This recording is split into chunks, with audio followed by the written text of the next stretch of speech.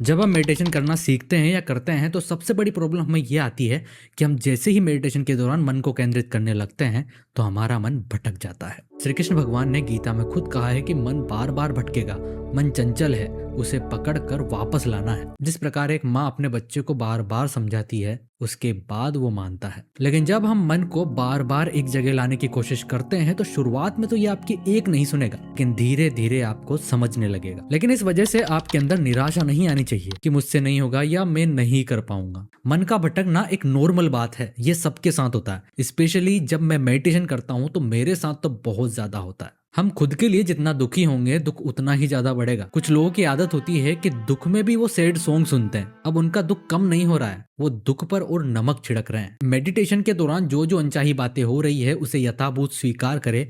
जो जैसा है वो वैसा है, उसे आने दो, वो चला जाएगा। कभी कभी दिमाग में इतनी गंदी बातें आती है जो हम सोच भी नहीं सकते, लेकिन वो भी धीरे धीरे खत्म होती जाएगी, क्योंकि एवरीथिंग इज टेम्परेरी। लेकिन टेम्परेरी तभी होगा जब आप उसके बारे में सोचोगे या उसको निकालने की कोशिश करोगे। हम इस मेडिटेशन में लॉ ऑफ यूनिवर्स को सीखते हैं कि लॉ ऑफ यूनिवर्स काम कैसे करता है। क्या ये लॉ ऑफ अट्रैक्शन के जैसा ही है या फिर लॉ ऑफ यूनिवर्स के नियम कुछ अलग अलग हैं? लॉ ऑफ यूनिवर्स में यूनिवर्स अल्लाह, भगवान, यीशु मसीह, वाहे गुरु, कबीर, संत, इनसे कोई नाता नहीं होता। लॉ ऑफ यूनिवर्स एक डिवाइन होती है जो पूरी सृष्टि को चलाती है और आप उसे कुछ भी मान सकते हो। हमारे वेदों पुराणों में ओम को सर्वोत्तम माना जाता है। आयुर्वेद, मेडिटेशन और योग की उत्पत्ति ओम से ही मानी जाती है। लेकिन अलग अलग धर्मों का अलग अलग मानना होता है, इसलिए हम इसे एक नजर से नहीं देख सकते। लेकिन लॉ ऑफ अट्रैक्शन होता क्या है? आप जो सोचते हो रात दिन माइंड उसी डायरेक्शन में चलने लगता है, लेकिन सिर्फ आपकी बॉडी के लेवल पर। अगर आप जैसे सोचते हो कि खाने की प्लेट मेरे सामने रखी है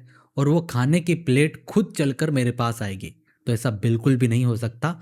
आप खुद ही उसे जाकर लाओगे। और वैसे ही लॉ ऑफ यूनिवर्स काम करता है, जैसा आप करोगे वैसा आप भोगोगे। आज हम जैसे किसी की हेल्प करते हैं तो महादेव या कह लो यूनिवर्स आपकी भी हेल्प एक ना एक दिन करता है, क्योंकि यह दुनिया पूरी गोल है। हर चीज आपके पास लौट कर आती है। अगर आपने आज किसी को दुख दिया है तो 100% आपको भी दुख मिलने वाला है, और अगर आपने किसी की भलाई की है तो एक दिन आपके साथ भी अच्छा होगा। लेकिन सवाल यह आता है कि मैंने तो बहुत हेल्प की है, मैंने तो बहुत प्यार किया है, लेकिन बदले में मुझे दुख ही मिला या उस व्यक्ति ने मुझे दुख ही दिया। तो देखिए, सबकी सोल पावर अलग अलग होती है। अगर आज आपको उसने दुख दिया है तो उसको भी दुख मिलेगा।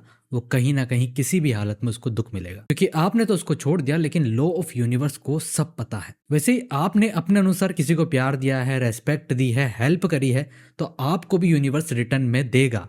वो किसी भी हालत में किसी भी रूप में दे सकता है। इसलिए हमें सिर्फ हमारे कर्म सुधारना है, किसी दूसरे से कोई मतलब नहीं, क्योंकि उनके कर्म से उनका भाग्य बनेगा और हमारे कर्म से हमारा भाग्य बनेगा।